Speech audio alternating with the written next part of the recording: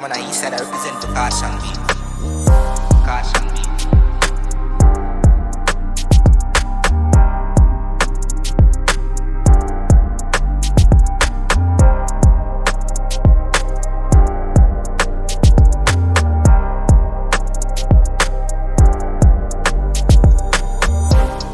Amis de la presse, bonjour.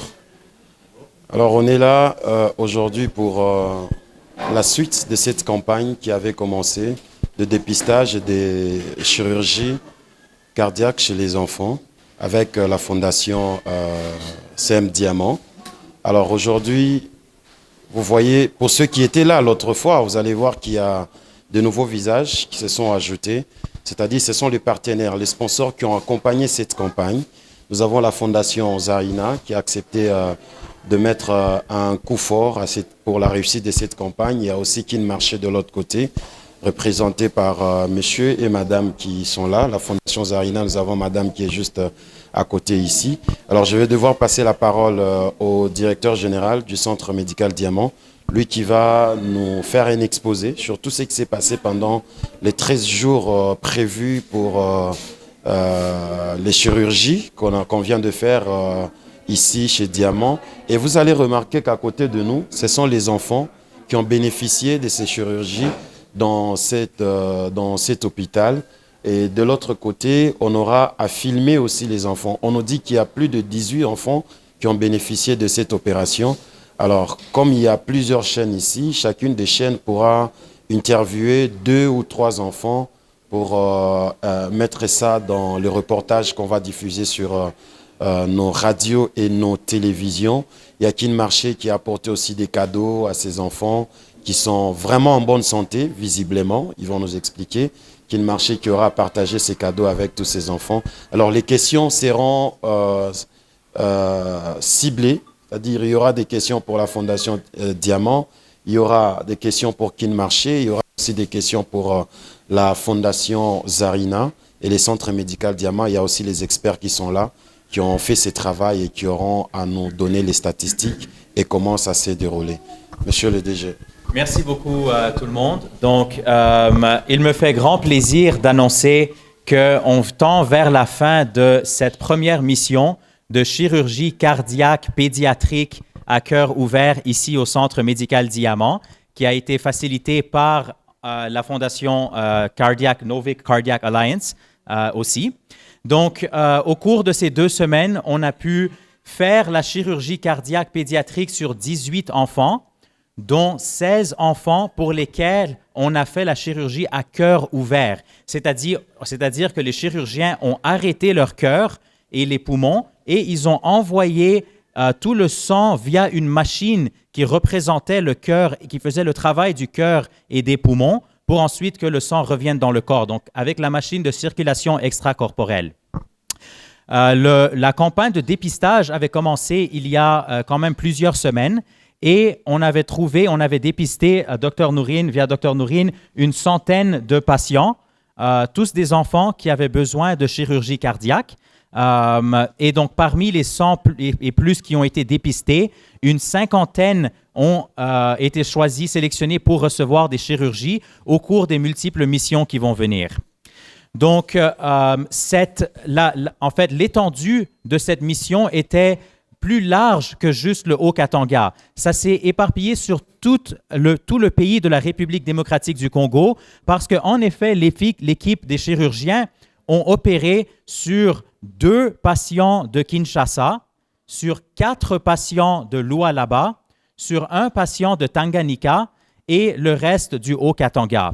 Parmi les dépistés, outre les provinces que j'ai mentionnées, il y avait même des personnes qui sont venues de Bukavu pour se faire dépister pour cette campagne de chirurgie cardiaque.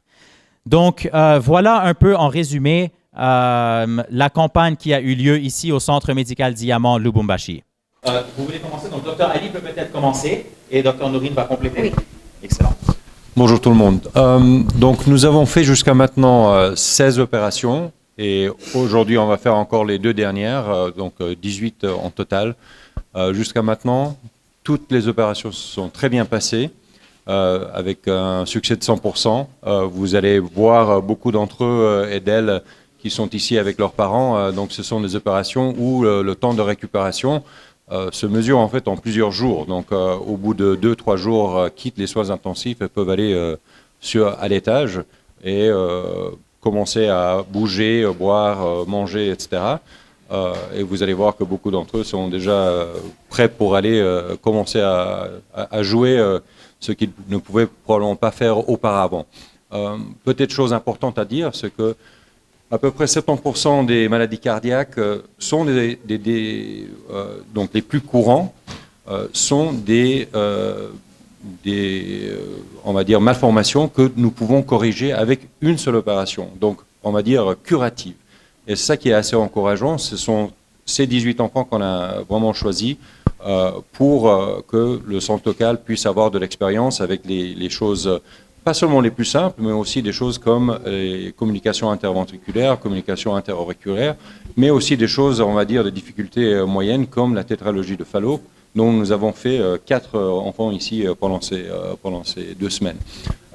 Et donc, pendant ce premier voyage, il était important pour que tout le monde puisse avoir un peu d'expérience et se sentir plus à l'aise de choisir ces malformations où on sait qu'on peut vraiment être curatif pour ces enfants en une opération et espérer qu'ils vont avoir une espérance de vie et puis une capacité de faire de l'effort physique, aller à l'école, etc., comme tous les autres enfants. Bonjour tout le monde, ça va bien? Ok, donc j'ai fait beaucoup de dépistage. On a beaucoup des enfants qui ont besoin de chirurgie. Vous avez, Dr. Ali a dit, après aujourd'hui, on a fait 18 cas. Objectif, je vais répéter encore, objectif numéro 1 est pour sauver la vie, les enfants. Et numéro 2, c'est pour créer la capacité locale. Vous pouvez parler avec notre infirmière, avec notre staff congolais. Est-ce qu'il a à apprendre? Oui, il apprend beaucoup des choses, Et j'espère qu'il va continuer à apprendre, travailler dans salle d'opération, travailler avec un bypass machine, travailler avec les médicaments compliqués dans les soins intensifs, etc. Ça, c'est une chose. Mais quand j'ai fait la sélection pour les enfants, j'ai dit, je veux une chose. J'ai dit, je veux qu'un enfant qui a reçu la chirurgie, il faut qu'il fait la même chose pour quelqu'un d'autre. On sauve un enfant, je veux que l'enfant, après, quand l'enfant grandit, il sauve les autres. Et je veux créer la mentalité de ça aussi. Et ça, c'est Emmanuel. Il est le premier cas de chirurgie cœur ouvert dans le pays. Et on a fait son chirurgie le 23 mars. Et vous pouvez voir, il est... Ça va? Emmanuel, ça va? C'est bien? Ok, je vais passer le microphone. Il avait été prévu que vous opériez 25 ou 30 enfants. Qu'est-ce qui fait que vous en soyez arrivé à 18? La deuxième, c'est que un enfant, une fois opéré, est-ce qu'il a un régime alimentaire à suivre ou un régime thérapeutique à suivre? Et dans ce cas-là, que faire parce que l'équipe sera déjà partie?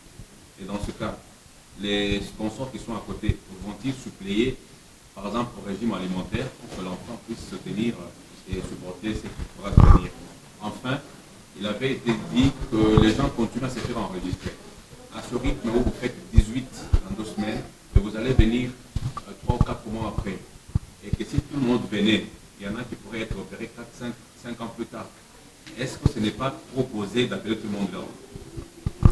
Donc, Dr. Novik, I don't know if you want to take the first one or if you want me to take it about the number of cases, why we did 18 instead of the 20 to 25 that we had announced previously. Do you want me to take it or do you want to talk about it, safety and all that?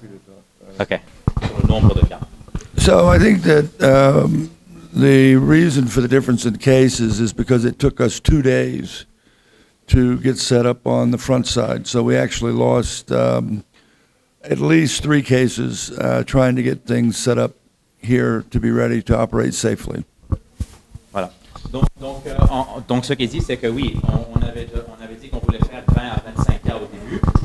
a fait 18 parce qu'au début, c'est la première mission. Vu que c'est la première mission, au début, on voulait s'assurer qu'on fait toutes les choses de manière très sécuritaire.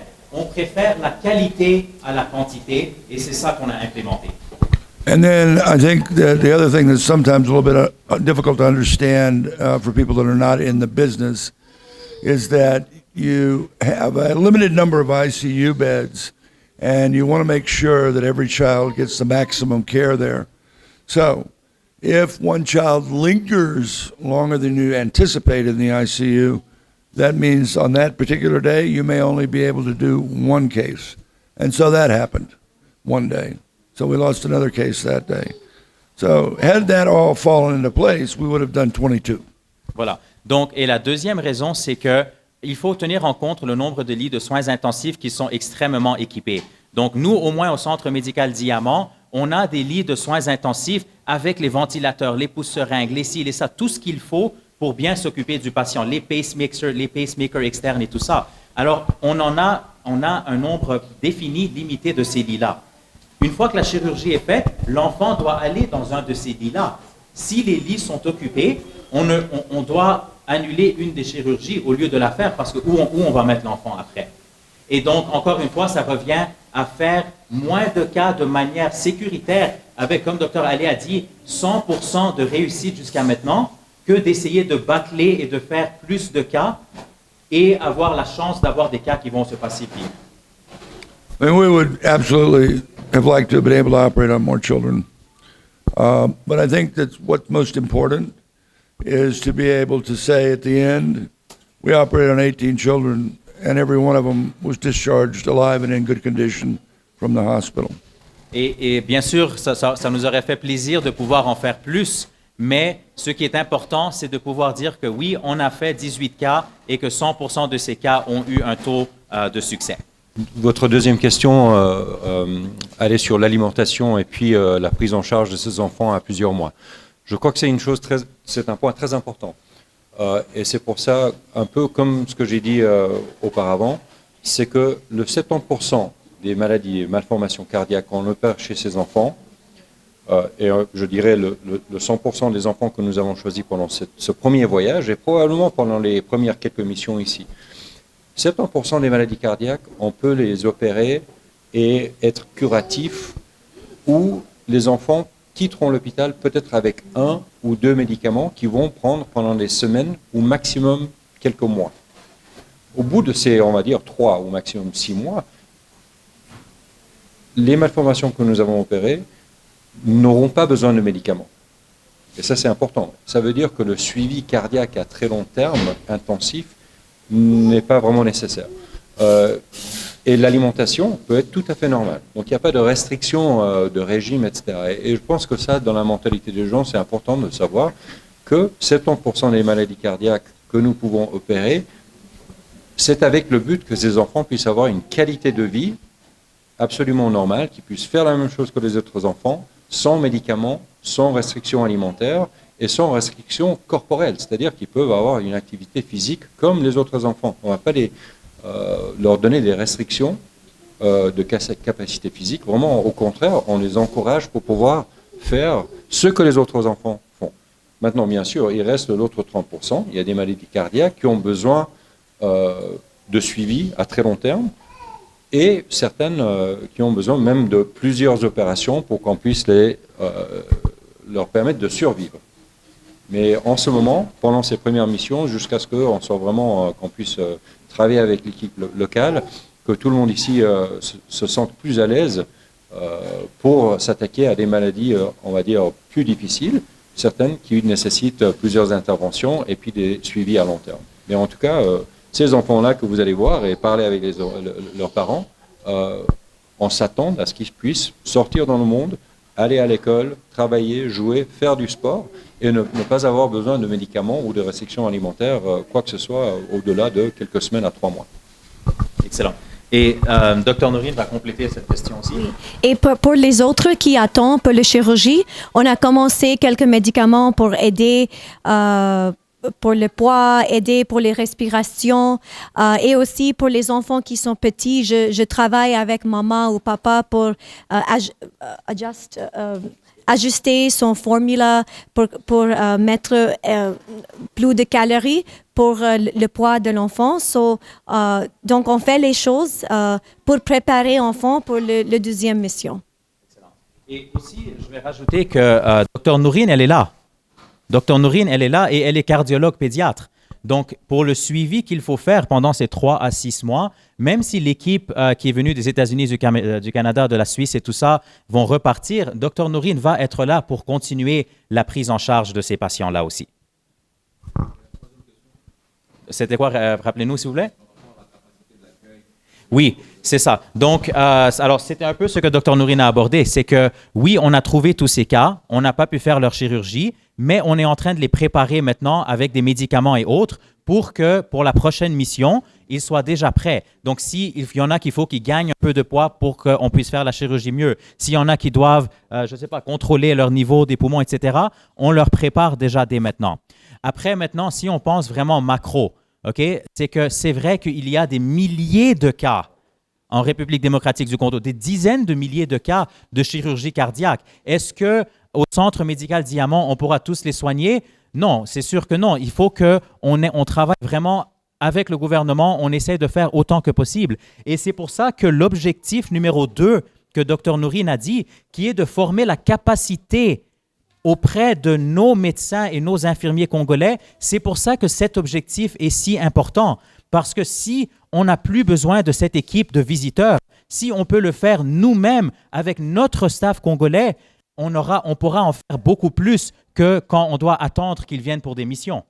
En effet, la mission côté chirurgical prend fin aujourd'hui. Les 2 derniers cas de chirurgie vont être finis aujourd'hui. Une partie de l'équipe, sauf un des chirurgiens de l'équipe de chirurgie, va repartir. L'équipe de soins intensifs, qui est aussi venue du Canada, des États-Unis et de ailleurs, et Dr Novick lui-même, continue à rester ici jusqu'au 5 ou 6 avril pour les patients qui vont encore être dans les soins intensifs. Okay? Donc, on s'assure que tous les cas opérés vont avoir une bonne suite et une bonne fin. Maintenant, à quand la prochaine campagne? C'est une très bonne question. Alors, ces campagnes sont très, très chères. Et honnêtement, sans l'appui de sponsors tels que Kin Marché, Fondation Zarina et même les autres comme Hôtel Lubumbashi, Planète Holibom, le restaurant du Golfe qui nous ont supportés, on n'aurait pas pu faire ces missions-là. Donc, on a vraiment besoin du support continu de ces sponsors. On a besoin du support continu du gouvernement pour que, s'il décrète ce projet justement comme un projet de Corporate Social Responsibility, les mines, les banques, les télécommunications pourront aussi contribuer envers ces missions. Si on peut ramasser les fonds qu'il faut pour organiser ces missions, on pourra en faire de plus en plus. Pour l'instant, notre objectif est de réaliser la seconde mission au mois de septembre 2022. Idéalement, on aimerait organiser 3 à 4 missions parce que le plus de missions qu'il y a par année, parce que le plus de missions qu'il y a, le plus vite notre staff va apprendre à faire ces chirurgies de manière autonome. Mais pour ça, on a besoin de sponsors. Et peut-être maintenant, je vais passer la parole à peut-être Fondation Zarina et Kin Marché qui pourraient aussi peut-être nous expliquer l'apport qu'ils ont pu apporter. Je parlerai premièrement de profit. Quand on est une fondation, il n'y a pas de profit. C'est le cœur, c'est l'amour du prochain. Et on ne travaille pas pour bénéficier. Le bénéfice que nous avons, c'est le sourire de cet enfant. Le bénéfice que nous avons, c'est l'amour que nous tenons à notre population. Le bénéfice que nous avons, c'est quand on voit que quand on a fait quelque chose de bien et ça a rapporté à la famille ou à l'enfant ou à la population ou aux personnes qui avaient besoin et qui sont en bonne santé ou qui vont à l'école et qui sont dans les bonnes conditions. C'est ça le bénéfice d'un être humain qui est heureux d'avoir apporté ou donné. Ça, c'est la dernière question qui était là, mais je préfère la répondre dans la première pas. Deuxième pas, c'est une motivation. Donner, c'est aimer. C'est donner la vie à quelqu'un. L'éducation, c'est apporter l'appui à la vie de quelqu'un. Parce que si quelqu'un est éduqué aujourd'hui, demain, il sera une personne qui va être bien pour la population, pour le gouvernement, pour la société. Et notre fondation est là pour ça. Nous voulons donner, aimer, partager. C'est ça notre motif, c'est ça notre motto. Nous avons apporté quoi? Notre contribution, c'est quand eux, ils nous ont demandé de les aider. Notre sponsor, qui est le plus grand sponsor dans la fondation, c'était Kin Marché. Et nous avons demandé à nos sponsors d'aider, de pouvoir contribuer ce qu'eux, ils ont besoin pour qu'on puisse avancer dans cette campagne de chirurgie cardiaque. Et voilà, c'est pour ça que Kin Marché est là.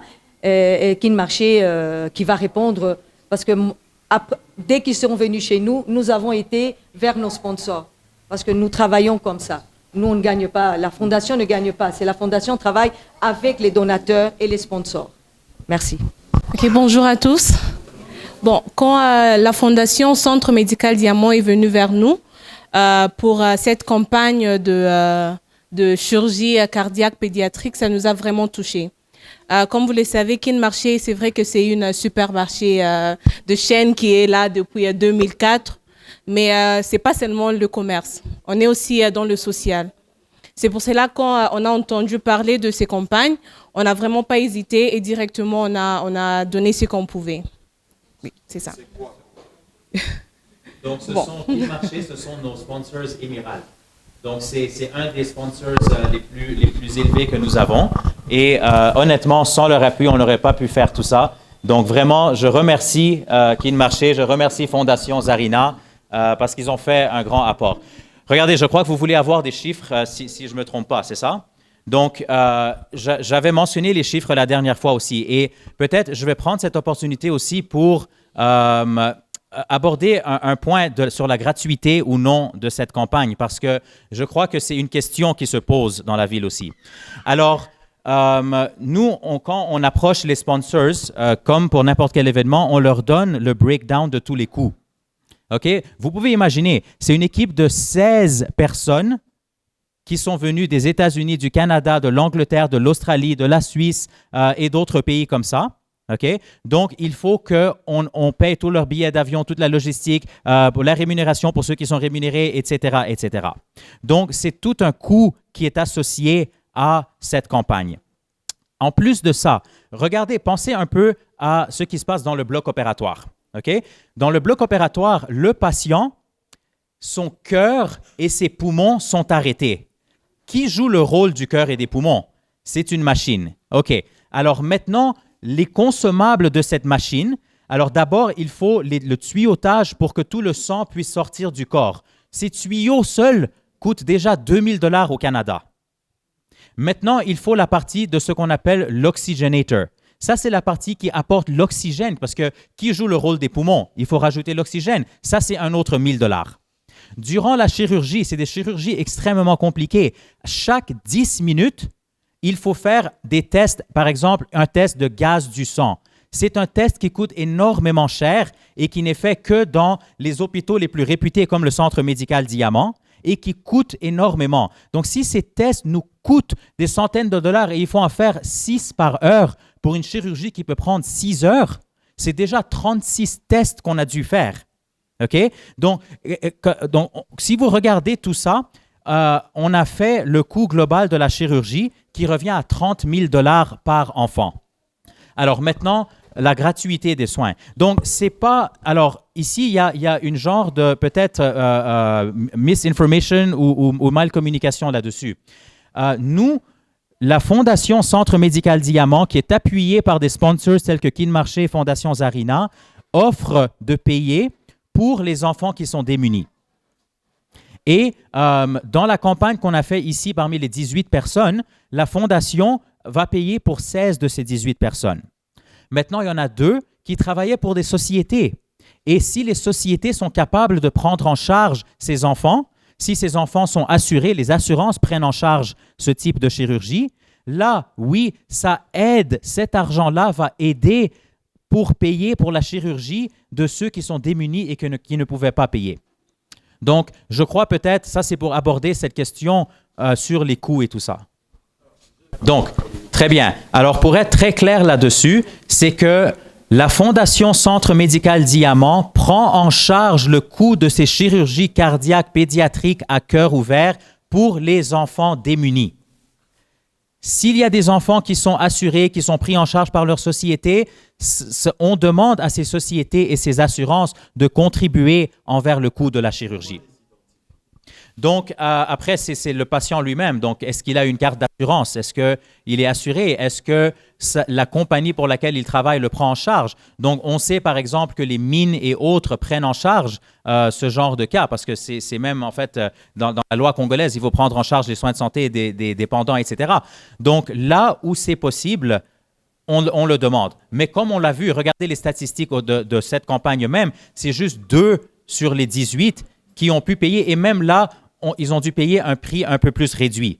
Mais ça va, tout ce qu'ils peuvent contribuer, ça aide à payer pour la chirurgie des autres. The first question is for you, Dr. Novik. If you can talk about the training that your team was able to give to the local Congolese staff. And how you see the potential, the 5-year period of them being able to do things on their own and their potential. Yeah. So every operation that was performed, every child that was taken care of in the ICU, we had a Congolese counterpart with our team member. Oui, donc excusez-moi. Donc pour chaque personne qui est venue de l'équipe de Dr Novik, on a attaché cette personne avec un de notre staff congolais local. So that means that on this initial trip, that there were 18 different teaching opportunities for each specific doctor or nurse that was working with us. Donc, ça veut dire que pour cette campagne, il y avait 18 différentes opportunités d'enseigner à chaque infirmier, chaque médecin, chaque anesthésiste pour chaque cas. I would say probably the most difficult individual to build capacity in is the surgeon.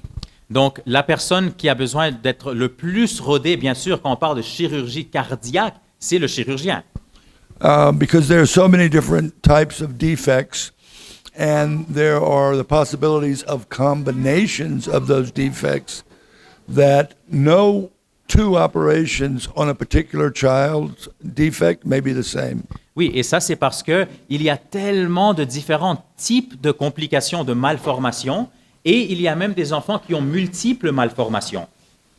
But if we're able to keep the plan, if we're able to come 4 times a year for 3 to 5 years, I think we all believe that they will be able to do pediatric cardiac surgery here. It will be the degree of complexity of cases that will be a major determinant. Simple cases, moderately complex cases, yes. But when you move into neonates and very complex cardiac surgery, that takes a little bit more time. Donc, ça, ce que ça veut dire, c'est que si le programme est maintenu et qu'on peut faire 4 missions par année pendant 3 à 5 ans, oui, là, l'équipe pourra être autonome au Centre médical Diamant à Lubumbashi. Mais même là, il y a un bémol. C'est qu'il va falloir que l'équipe locale pourra faire des cas qui sont récurrents et qu'ils ont vus. Peut-être pas les cas les plus compliqués. In general, after about the first 4 to 6 trips, we start to let the local surgeon assume more responsibility in the actual performance of the operation. Donc, d'habitude, après les 4 à 6 premières missions, il laisse maintenant aux chirurgiens congolais beaucoup plus de responsabilités en termes de la chirurgie qu'il est en train de faire par lui-même. Important in all of that, building capacity, is the motivation and the desire of the local individual receiving the education to be able to utilize it and to advance themselves. Et maintenant, ce qui est vraiment important, c'est que l'équipe locale doit montrer ce thirst. Ils doivent montrer qu'ils sont intéressés à apprendre. So people have to participate in every operation, obviously, and they need to do some studying of the congenital heart disease in our absence, because there's a lot of information out there about how to operate on and take care of these children. Donc, ce que ça veut dire, c'est que non seulement cette équipe doit participer à chaque chirurgie qui est faite ici, mais entre les missions, il faut aussi qu'ils continuent d'apprendre via un curriculum spécifique qui est vraiment spécifique à la chirurgie cardiaque pédiatrique. So all of these individuals that are involved in the program need to be motivated to do some self-learning while we're not here. Donc, c'est que toute l'équipe qui est impliquée dans ça, l'équipe congolaise, doit par elle-même être motivée de continuer à apprendre tout au long. With regards to that, teaching and experience and training. Sorry, say that again? Yeah, sure. No, you say it again. Oh, say it again. So, specifically with regards to teaching, education, and training, Donc, en ce qui concerne donc la partie formation et enseignement, it's critically important that the individuals that we're working with are present every day. c'est important que l'équipe qui travaille, qui est impliquée dans cette campagne, soit présente tous les jours.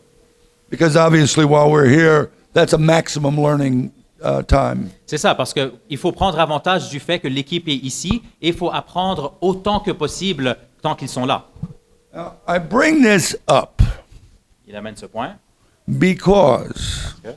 one of our surgeon trainees was attacked in his home at night and severely injured. Donc, il aborde ce sujet parce que l'un des chirurgiens congolais qui était affecté à ce programme a malheureusement été attaqué chez lui lors de ces 2 semaines de campagne à cause de l'insécurité de la ville. And we wonder a little bit about why he and his particular wife were targeted. Et lui, Dr Novick, se pose des questions. Pourquoi est-ce que lui et sa femme ont été attaqués comme ça durant cette campagne? So I think it's important for the media to realize that even though we operated on 18 children during this time, and even though all the children survived, there were a number of issues outside of our control which had a negative impact on this actual trip.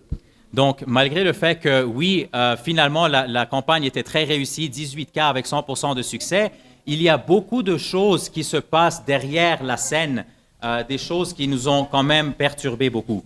And I think that, it's important for the media to understand and perhaps report that there were individuals that were actually calling families and telling them, don't take your child to that hospital for heart surgery or they will die. Donc, apparemment, il y a des gens, des médecins peut-être, qui appelaient les patients qui avaient besoin de cette chirurgie pour leur dire de ne pas aller se faire la chirurgie, parce qu'ils vont mourir s'ils le feraient. Why would anyone do that? Pourquoi est-ce que quelqu'un ferait ça? Because you have hundreds of people coming to DRC to operate on your children with heart disease and you don't need our help? Donc, pourquoi? Parce que vous n'avez pas besoin de l'aide de fondations telles que Novick Cardiac Alliance? So, I think it's important for you to talk to these family members and see all these children. They are all at your disposal.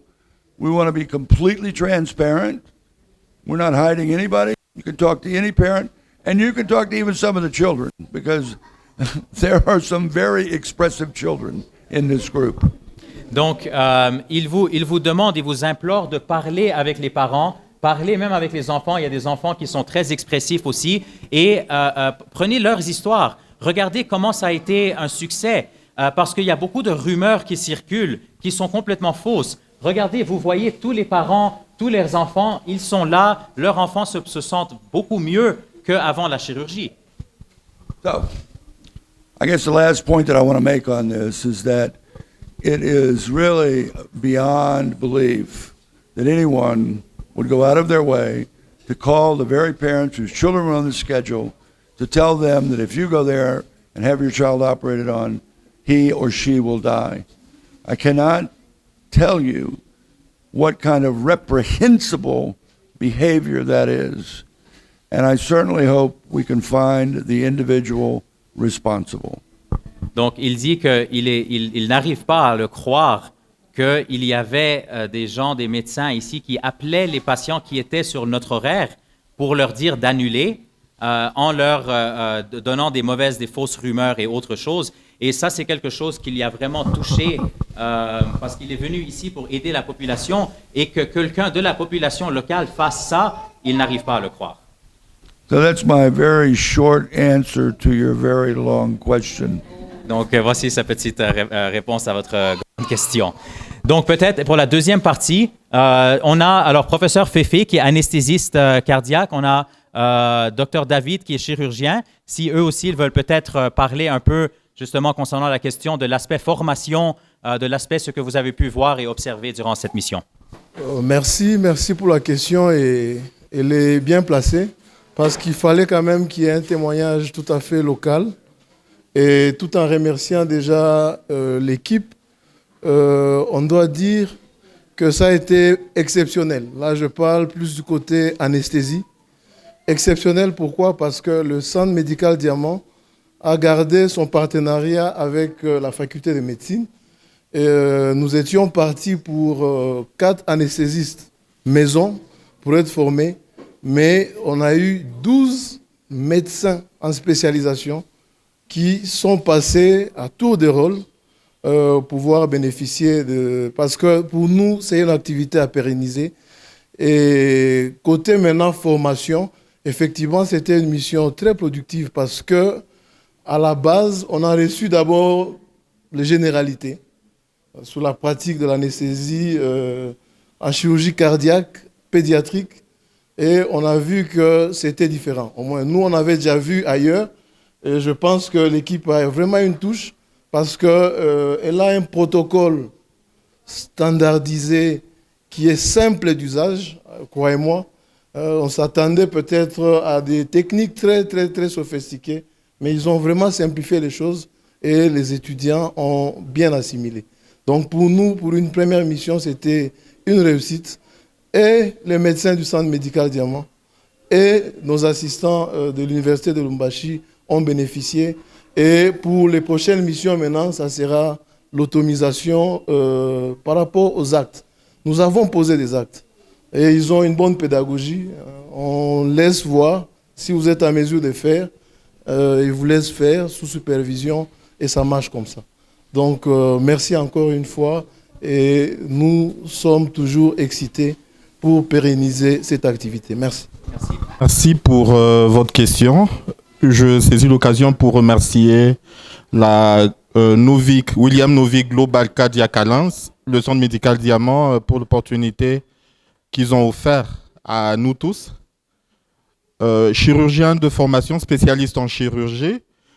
Et donc, l'approche de chirurgie cardiaque est une nouvelle approche qui a, je dirais, changé les choses, bouleversé la donne dans la réalisation de la chirurgie, dans la pratique. Et donc, ça nous a permis de voir beaucoup d'autres choses différentes. Pour la première mission, on dira voir, pas que, parce que nous avons participé à fond sur 18 chirurgies. Moi, j'ai été là, on dit dans le champ.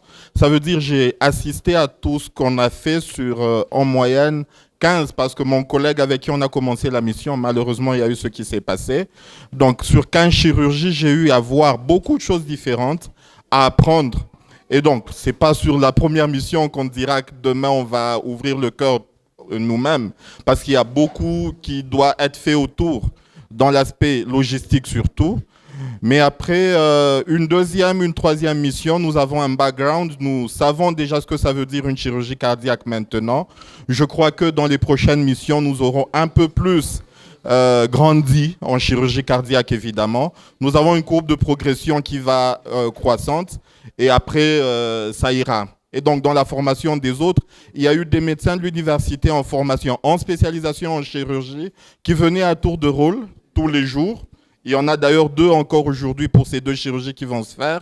Ils auront le temps de voir, on leur explique ce qui se passe. Peut-être qu'ils n'auront pas la chance de pratiquer aujourd'hui, mais vous voyez, la chirurgie cardiaque à Lubumbashi, nous l'avons apprise dans les livres. On dit que dans les livres, les vaisseaux, ça ne saigne pas. Mais quand vous voyez comment ça saigne, vous allez voir comment on doit arrêter le saignement, comment le cœur bat. on arrête le battement du cœur. On travaille sur 2 heures sur un cœur qui ne bat pas. On relance ce battement cardiaque. On déconnecte la circulation extracorporelle. Je crois que c'est quelque chose à voir, à maîtriser, à assimiler. Et bon, comme on le dit, Inch'Allah, dans les prochaines missions, 3e, 4e, 5e mission, je crois que ça ira. Ça ira très fort d'ailleurs. Merci. Moi, c'est Dr Oupas du service de cardiologie du centre médical Diamant. Je suis très, très flatté, très heureux d'avoir vécu de telles situations dans nos milieux. Je suis déjà dans la pratique de la cardiologie, ça fait beaucoup d'années. Je m'occupe de la prise en charge des cardiopathies congénitales chez les enfants, ici à Diamant et même à l'hôpital militaire. Alors, vu beaucoup de difficultés rencontrées dans la prise en charge de ces enfants-là, qui doivent aller au-delà de nos frontières, en Europe, en France, en Inde, aux États-Unis et partout, nécessitant beaucoup de moyens pour être pris en charge, et que beaucoup d'enfants meurent au jour le jour des cardiopathies congénitales. Alors, voir la Fondation Diamant, le Centre médical Diamant, Novik Cardiac Alliance, venir avec une équipe de plus de 15 personnes, prendre en charge les enfants congolais gratuitement, les opérer, des opérations de chirurgie qui peuvent coûter au-delà de $30 000.